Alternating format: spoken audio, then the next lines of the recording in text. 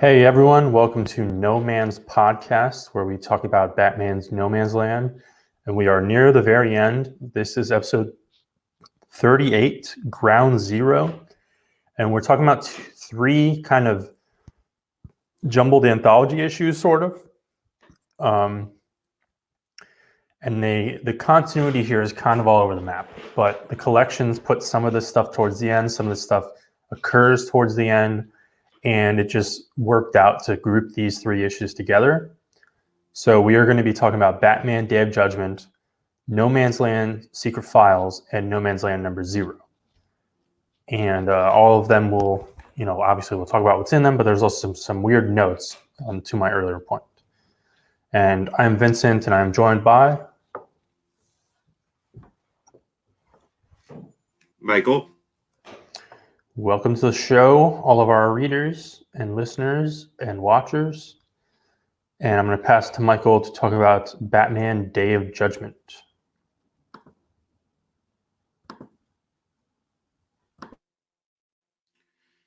Okay, so this issue is a one-shot that ties into the Day of Judgment storyline, which was going on at the time, something involving the Spectre, and with Hal Jordan becoming the Spectre.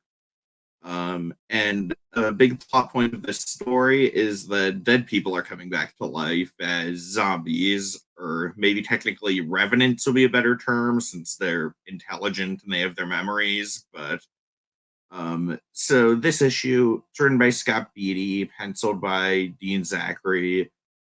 The covers, Rodolfo DiMaggio and Robert Campanella. It's a pretty nice cover, actually. Pretty good, spooky cover. Batman looming over Robin and Nightwing fighting zombie hands coming out of the ground, and zombies who are completely out of the ground. So basically, this story, no Man's Land is going on, but this Day of Judgment thing is also going on. So Batman's going off to help the Justice League with this big cosmic event of sorts, or magical event, probably not cosmic, but and Gotham is left to Nightwing, Robin, and Oracle to take care of.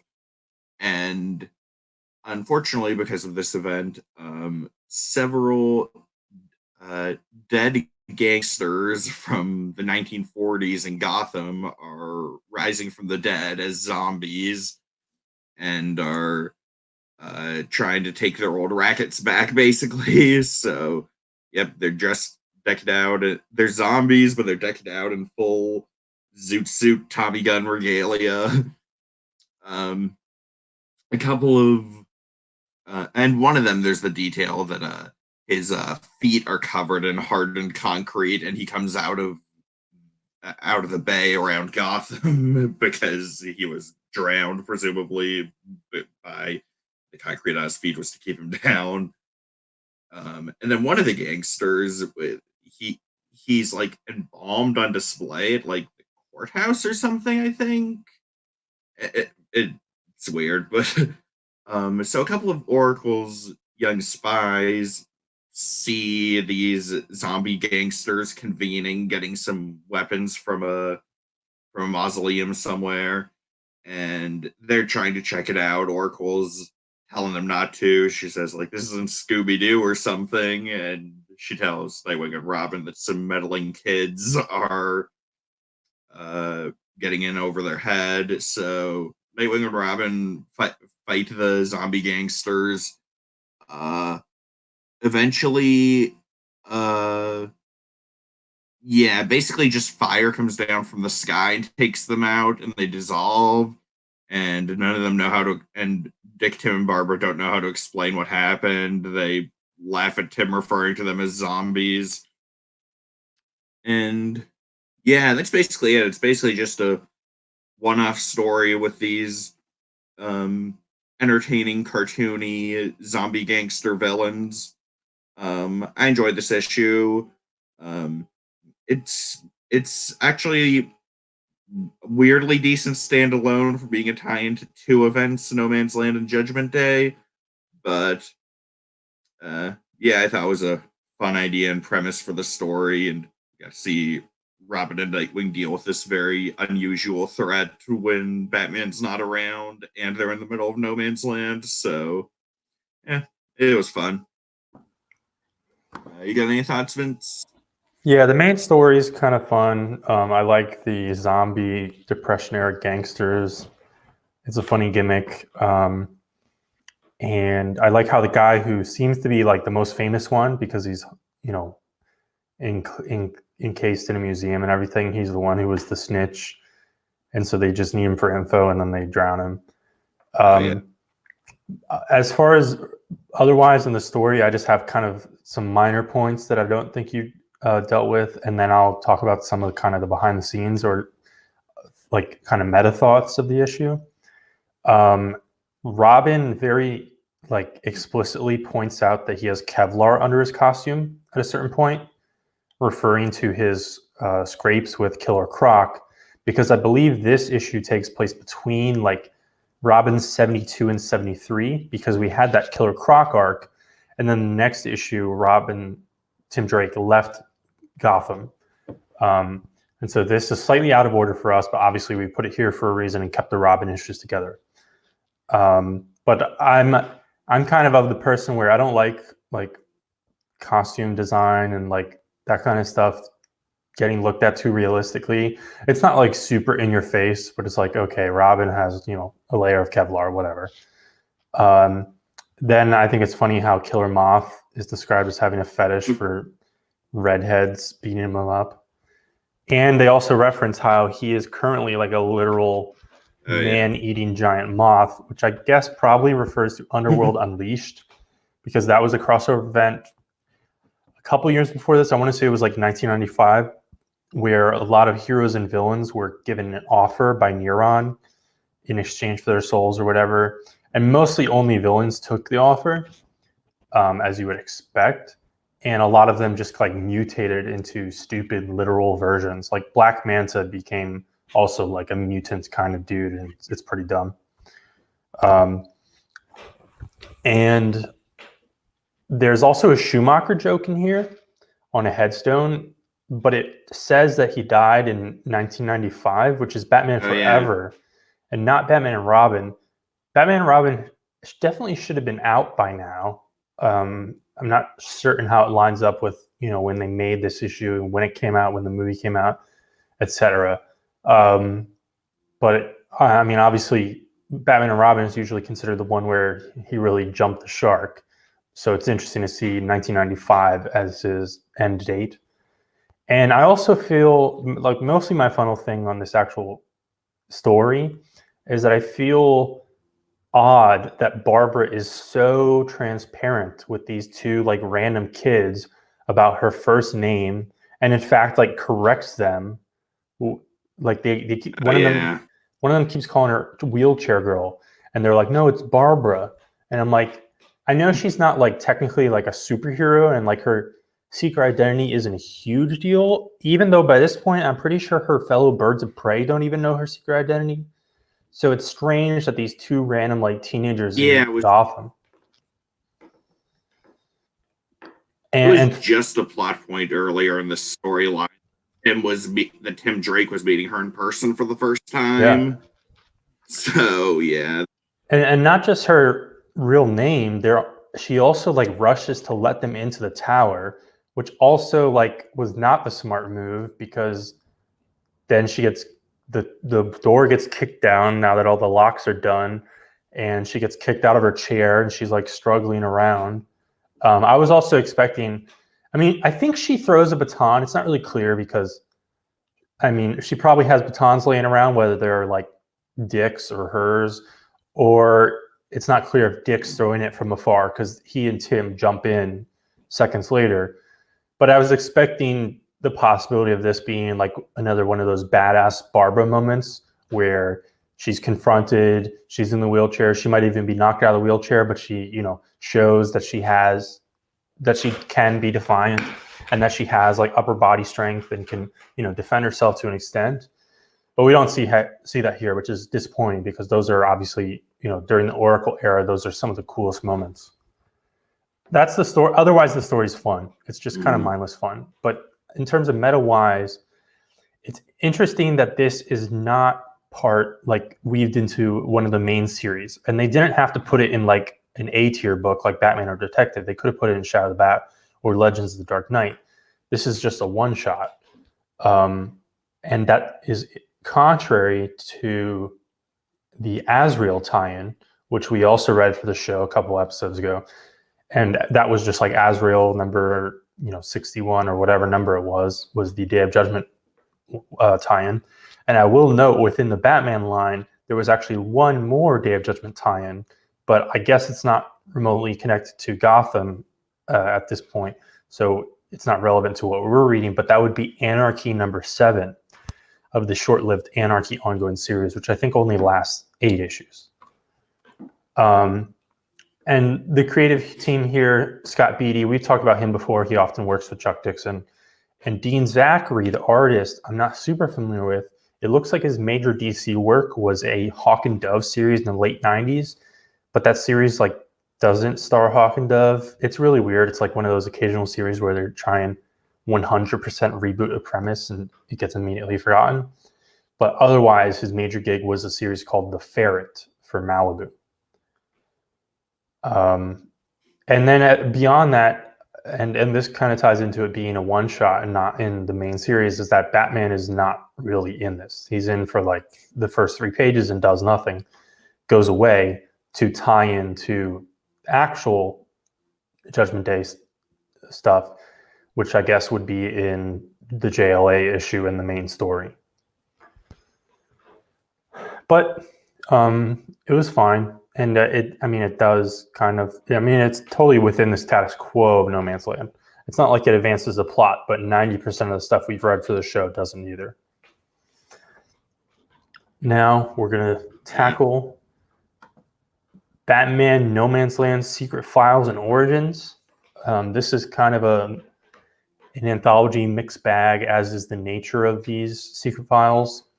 And we have 3 main stories here, and then other stuff. And I'll just get the other stuff out of the way first. It's a ton of profile pages, as you expect. That's kind of the bread and butter of these issues. And I don't think any of them are necessarily worth digging into deeply. They don't reveal anything. It's just stuff we've already read. There's a dumb listicle about like top 10 reasons to stay in No Man's Land or to live in No Man's Land. And it's just dumb jokes like lowest gun per capita rate, which I guess I don't think is really true. It's just lowest bullets per capita. And there's also a timeline, which is probably the coolest part of the issue. There's a No Man's Land timeline with the various arcs. I don't know how detailed it is. I'm assuming it's probably accurate, probably more accurate than the collections that DC did. I don't know why they don't just look at the timeline. But the first story here, and the lead one, is called The Message. And it's written by Elise Whitney, who we've seen on maybe 2 issues before, and we were somewhat critical, and we went into her whole backstory and everything. But the art here is by Michael Zulli, who is kind of in that Sandman vein. And, well, I think he drew some Sandman. And it's a very interesting choice to see here. I don't think he's at the top of his game, and this doesn't necessarily fit his like style, the story, but interesting to see him pulled into this. And the story here is that we have a dude named Jason, and this is post Cataclysm, but it's like right before the government has blown up the bridges and officially made it No Man's Land. And he is kind of late because he's fascinated by the city falling apart, but he is going to leave the city before the bridges are blown. But suddenly he starts hearing a voice talking to him, and it gives him a task. And he thinks it's like the voice of Gotham, like this spiritual nonsense. And it convinces him to go talk to Oracle, who kind of like plays along / trolls him. And then he passes along a message from the city saying that essentially that Oracle serves the city better in her current role than previously. So that's like the Oracle greater than Batgirl moment. And then this guy Jason kind of just stumbles along the city. He runs into Penguin, Poison Ivy, Two-Face, and Two-Face flips a coin and then helps him out for a while, but then flips the coin again and starts shooting at him. And Huntress shows up just to try and stop that. And then the two of them just kind of watch as this guy fucking dies from rabies and starts tripping the hell out. And I feel like there's a point of this story or like an actual relevance, but I don't know what it is. And part of that is that like Harvey and Huntress in the end, while he's hallucinating, they start appearing as Batman. And so, and I think it's implied that this is, well, I know that this is when Bruce is like out of the city. This is when he had like fled, and we'll get into that in the next story. So I feel like maybe this was Gotham trying to get this guy to, find Batman and like give him some pep talk or inspire him or whatever. But Batman's not there, so he just like fails and dies. I'm very interested to hear what the hell you thought this was. Yeah, I actually took a different perspective on the ending, just slightly different, but basically the same idea. What I thought the idea was that he was supposed to get his message to Huntress, and he was supposed to be motivating Huntress to be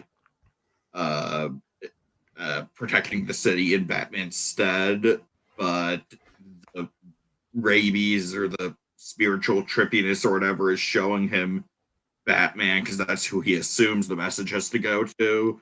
But I don't know. It's all very. They're like trying to tell us it's this sort of spiritual journey and a rabies trip all at the same time, and actually two minor observations I wanted to point out. One is that I thought it was kind of interesting that he has this vision of what he thinks Oracle looks like when he's talking to her from behind the door. And she's like wearing a bat costume of sorts. And I think it looks weirdly like Modern Woman, I thought, the way she was drawn. Like the way the mask and the red hair looked. But this would have been before they viewed. And the other thing is early on, you prominently see a broken street sign that says Kafka Street. So I think the intent was to be kind of Kafka-esque. So at least the superficial sense was kind of Kafka-esque, but not quite. I mean, if by Kafka-esque, it just mean weird. Yeah. So, yeah. I mean, that was... Yeah, the art's kind of interesting by Michael Zulli, even though I don't think this like fits him perfectly. And I don't know. I give minor points just for the trippiness, but I don't. It didn't hit the just didn't hit for me. Now the second story here, and these subsequent ones are a little shorter, I believe. This one is Assignment Bruce Wayne, and this is Chuck Dixon and Sal Voluto.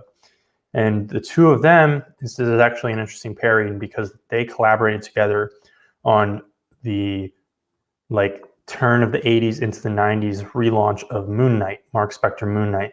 And that was the first major gigs for both of them. Dixon had never done any like runs on big two books before that.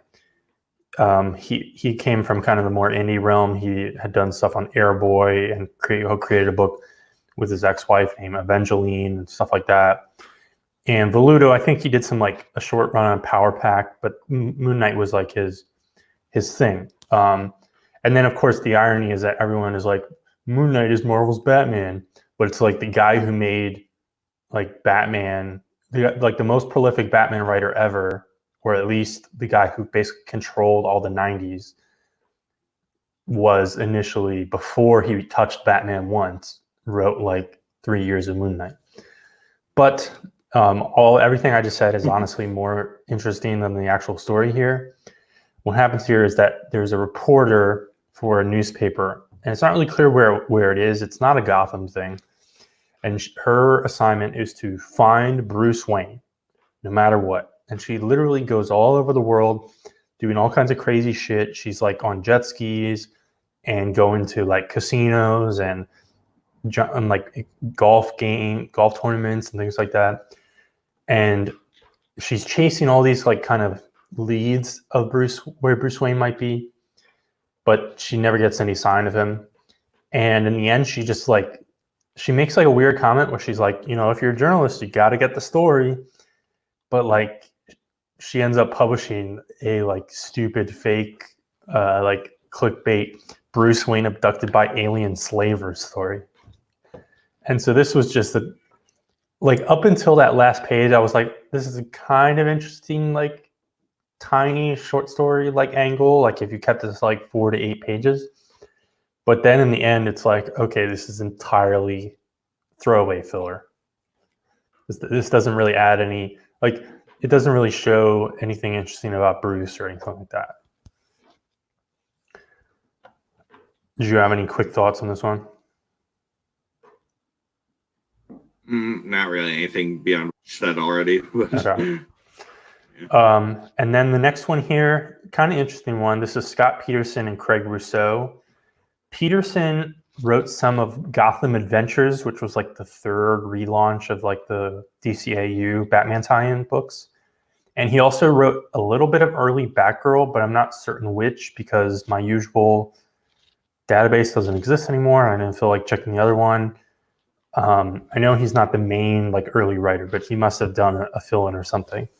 Craig Rousseau, the artist here, had a long run in Impulse with William Messner Loebs and has done a bunch of Batman Beyond and other kind of like DCAU adjacent things. And the story here, quote unquote, is Batman and Batgirl kind of like tracking a gangster guy who carries around a violin case. And it's like this dumb like gangster gimmick. Like it's assumed that he has like a Tommy gun in it, which I think was a real thing. Like there was a gangster, a group of gangsters in Chicago who did that. But it turns out he shows up to like some other goons and you think there's going to be a confrontation, but he literally just takes a violin out of the case and they're like, yo, you got to play some music, man. This fucking place sucks. And he plays the music. And at first I was like, I really like the art style here. It's very much like a DCAU style. And I was enjoying, I enjoy all the concept here, except Batgirl, and this is clearly Cassandra Cain, is very talkative. And I was like, no, this is entirely off. But the twist is it turns out this entire story is a kid in Metropolis essentially watching Batman the Animated Series. And this kind of like more like campy story that he's just seen on TV has inspired him to go practice his piano playing. And this really has, I mean, the in story is connected to No Man's Land, but there's no real connection. And even it's strange in the end because his mom is like, I never thought you'd want to practice music. I figured Metropolis would become a no man's land before that happens. So it's like, it's not clear if she's joking about a hypothetical before Cataclysm actually happens, or if this is during it. It doesn't really matter, but it's a very strange story, and ultimately I liked it. Carried a lot by the art style and then the kind of cheesy, cute twist. So that is Secret Files. As I said, otherwise it's a lot of filler pages. I would say you definitely do not have to read this issue. And I would say probably, I mean, Day of Judgment is worth reading. And now we'll get into the next one. For Batman No Man's Land number 0, we read number 1, which was published before this. Number 1 was like very, very early on. It kind of kicked off No Man's Land. This issue, I guess it's like flashback, because this is flashback. So it is a 0, but they published it here. I guess they were kind of treading water as they moved towards the conclusion. Writing here is by Jordan Gorfinkel and Greg Rucka. I think we've definitely seen Gorfinkel on one or two things before, but as a refresher, he was an assistant editor, and he's credited. I don't know how much of this is him self-crediting and is blown up and stuff like that. I'm not sure, but he claims to have essentially come up with the idea of No Man's Land, and also came up with the idea of Birds of Prey as a title. So in the grand scheme of things, he didn't write that much. He was an editor, but within this era, and especially as far as what level he was at, had some major impact on the Batman line. And the art here, which I don't think we've seen before, maybe like on a short story in another one of these one-shots.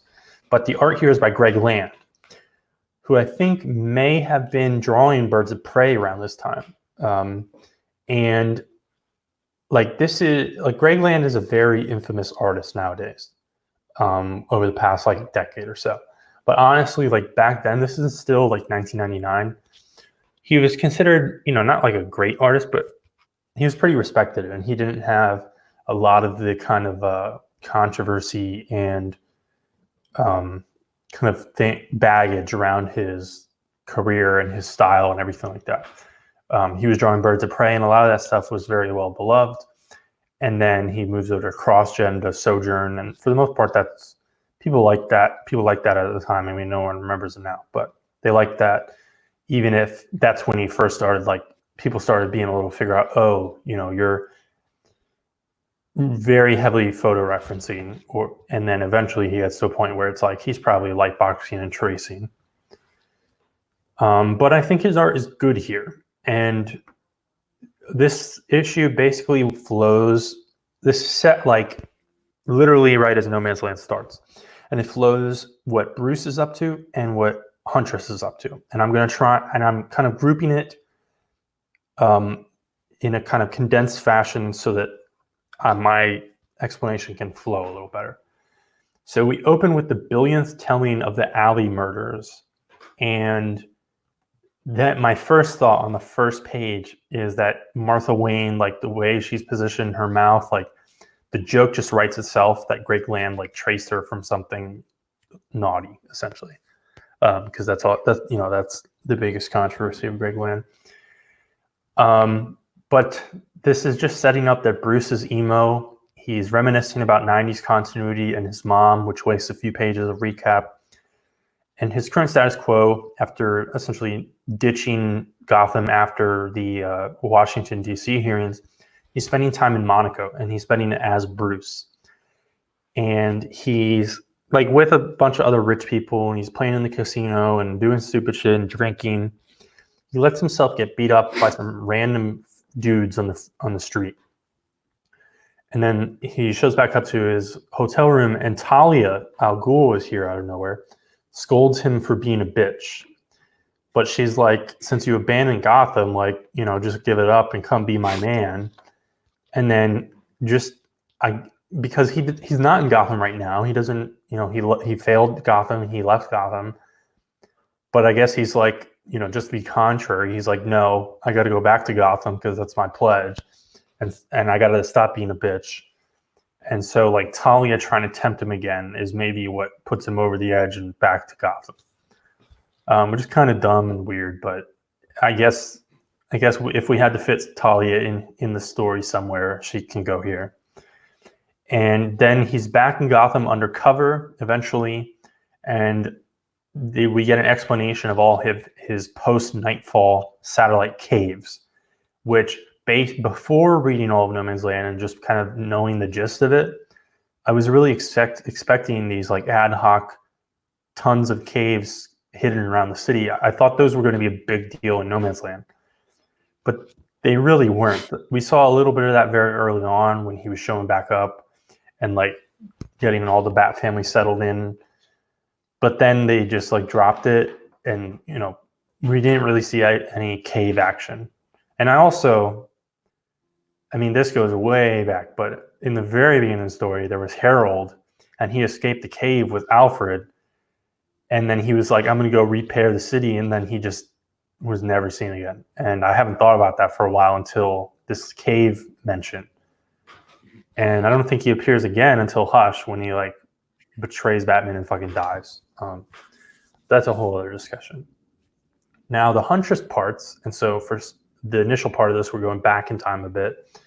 We get I think, a great splash page. Like, it is very posy. It's very, static and splash pagey. But I really like this splash page of Huntress swinging through the city, and it's snowing at the time. And she comes across some looters. This is early No Man's Land, so there's stuff to loot and people to loot. And she basically realizes, like, everything is totally fucked. Like, I can't stop these looters. I don't know who's right and who's wrong. And she's obviously puzzled and frustrated by Batman's absence, even though when he is around, she's also frustrated because he's not very approving, doesn't count her as a full member of the Bat family. But she's making an attempt to kind of pull her weight and fill that role. And as part of that, she essentially takes on, I don't think at any time during No Man's Land she referred to herself as Batgirl. Like, it's only Barbara and Bruce kind of jump to that conclusion, like, it's got to be Batgirl. But basically she just puts on a Batman costume that, fits her body because she's a woman. And she puts it on essentially, as we knew, just for optics. So she can hopefully scare some people. And then we also see a hint of her doing the double dipping duty, which we saw earlier on, where she's actually using both identities to kind of cover both bases and exhaust herself as well. But also the way that these plots are weaved through, there's a scene where it's unclear to me, especially because they're different panels on the same page. For a second, I thought that Talia randomly put on a Batman costume to scare away the guys and save Bruce. Because you see, like, a woman in the costume, and they're both like, they have different hair lengths and styles and technically colors, but they're both like brunette white chicks with a slightly darker skin tone, because Helena is supposed to be like, Italian, like, and obviously Talia is wherever Roz is from. And so I felt like those like 2 pages kind of threw me off. And we see Helena already kind of sliding up to the edge. She's contemplating killing people. And then the weirdest part is this like part at the end where in one of her patrols, she gets spray painted on because all of the goons and all the different factions are starting to use spray paint to tag walls and buildings and everything like that. And I guess she just got spray painted in the face, because if you have it on your hand, it's not the worst weapon. And she's switching her costumes to get back, to drop the Huntress costume, get back in the Batgirl costume to go back out. And she's like, they're going to see this stupid spray paint and they're going to figure out, and Batman might figure out. So this is the explanation for why the Batgirl costume eventually inherited by Cassandra Cain, even though she should be like half of Helena's size. This is why it has this creepy looking sewn up cowl, because Helena didn't want to reveal her identity accidentally with spray paint that she couldn't wash off her face. That was pretty strange. I just realized I kind of skipped along a bit. We might as well do chapter by chapter. So what did you think of, or never mind. Totally confused. This is all one thing. So actually, let me keep going. And so Bruce is in Gotham, and he's back in costume finally, but he hasn't like fully put himself on the scene. And he kind of just stalks Helena for the rest of this entire issue.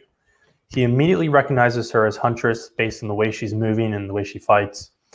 And we see Ferric again, though this is probably her first appearance chronologically. And this is a character who's essentially like a plant She-Hulk, sort of. And Bruce watches Helena deal with Ferric, and then while she gets knocked out, he jumps in and attempts things. And he's like, well, I just got screwed up. She got screwed up. So we also get a moment where he upgrades his utility belt, which I'm assuming he's had like this upgrade utility belt this entire story, and I just never noticed it because I don't care about shit like that. So this might be like a last minute, like, oh, I bet you wanted to know why his utility belt is different now. And so here's your little 1-page explanation for that. But I'll take it. I mean, I do respect those kinds of continuity bits. And then Bruce watches again as Huntress kind of figures out how to deal with Ferric, and she takes her to Robinson Park, and Ivy's going to take care of her, and that's where we see Ferric some more. I think she was in the Young Justice one shot. I think that's where we saw her, and then we may have seen her a little bit more in the Poison Ivy arc. And then the issue kind of wraps to a close as Batman jokes about how, Gordon is going to be a major ally of his, but he doesn't have to rush to go meet with Gordon because Gordon, will be there for him. And of course, that's, not the case. They have a very testy relationship because Batman bailed on Gotham for months, as seen in a previous story on this episode. And he also makes a comment. He's like, it's just stupid, pointless speculation. He's like, what if the Joker was with a woman? And it's like, wow, there's this new character, Harley Quinn. He's really guessing there. And then in the very end, we also see, I guess this is the first time that he sees the concept of the tagging, which we know he initially resists. And then, he makes the full Bat Gang, essentially. So what did you think of this issue? And more importantly, does this need to exist? Does this add anything to the overall tapestry? Yeah, I mean, I mean, for the most part, I kind of thought it was decently written and drawn. It was plotted strangely, especially that part threw you off. I was also thrown off in that part. The two fight scenes going on at once or whatever. I think the Huntress gaps are filled in better than the Batman ones, in my opinion. I'm glad they gave us something for why Bruce was gone for a few months, but it's still not very satisfying to me that he literally just wimped out for a few months, oh no, this is too much for me. I'm gonna go gamble and be a rich idiot like I pretend to be or whatever. I still feel it still doesn't quite feel natural to me that he would be gone that long just doing that, but at least it's something to explain the absence. And although I just said the Huntress filling in mostly worked well, but yeah, the explanation for the fully covered mask is definitely kind of weird and silly, but yeah, I mean, yeah, I mean, I wouldn't tell someone reading this storyline to skip over this issue or anything, but it probably wasn't super. It probably wasn't a super necessary addition, but does kind of connect a few dots, and it's not a bad issue overall. So yeah, that's what I have to say about it. What do you think? Yeah, pretty much the same. We still don't really get satisfying motivation for Bruce's bailing. I liked the Greg Land art. It's impossible to tell, who's contributing what on the writing side. This didn't feel like a, top tier like some of the other recent Greg Rucka issues, which have been basically the best in the entire No Man's Land. But it was still solid on the writing end. I didn't think any of this was necessary. I thought the opening with the recap of the murder and that 2-page spread of here are all the crossovers that have happened in the 90s, that was totally unnecessary. The clunky moment that I pointed out, and then it's just a weird thing because they are filling in major gaps, but they're also what about the sewn up cowl and what about the utility belt? And it's this is dumb. I like the concept of Ferric though. I'm assuming she really basically never shows up again after her like 3 appearances in No Man's Land. And she's not really that unique. She's literally just like Poison Ivy crossed with the Hulk.